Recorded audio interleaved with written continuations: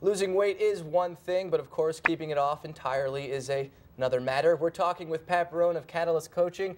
We're talking about keys to long-term weight loss. Thank you for being here, Pat. Thank you. Okay, and we're talking about this new study that indicates that hormones can affect the body after weight loss has happened and actually cause you to regain the weight.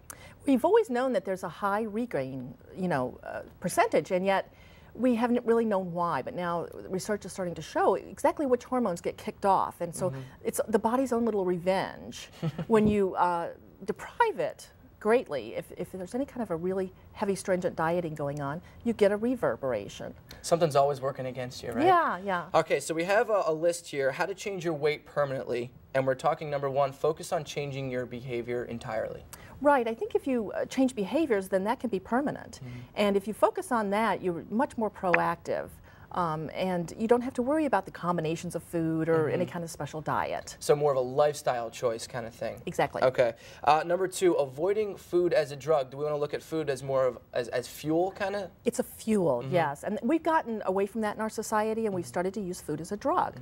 So you really have to see what those triggers are and make sure that you're using food for fuel and not just masking emotions or using it for moods or things like that. Right, and we were talking in the break, and you told me that you've done this as well, 92 pounds in 12 years. Well, I've kept 92 pounds off for 12 years. Wow, and this is your list of how you've accomplished this? This is how I work with clients. This is a class that I have. Okay, and number three, facing your emotional triggers. If you develop emotional resiliency, you won't need to use food to mask your emotions or to soothe them. And that's a huge factor in eating. That's maybe 50–60% of why people eat is emotional. Very true. And the final one, connect. What do you mean by connect? When you're connected to your deeper vision of yourself, everybody I think wants to be healthy, but if you lose track of that vision, then your everyday choices get murky.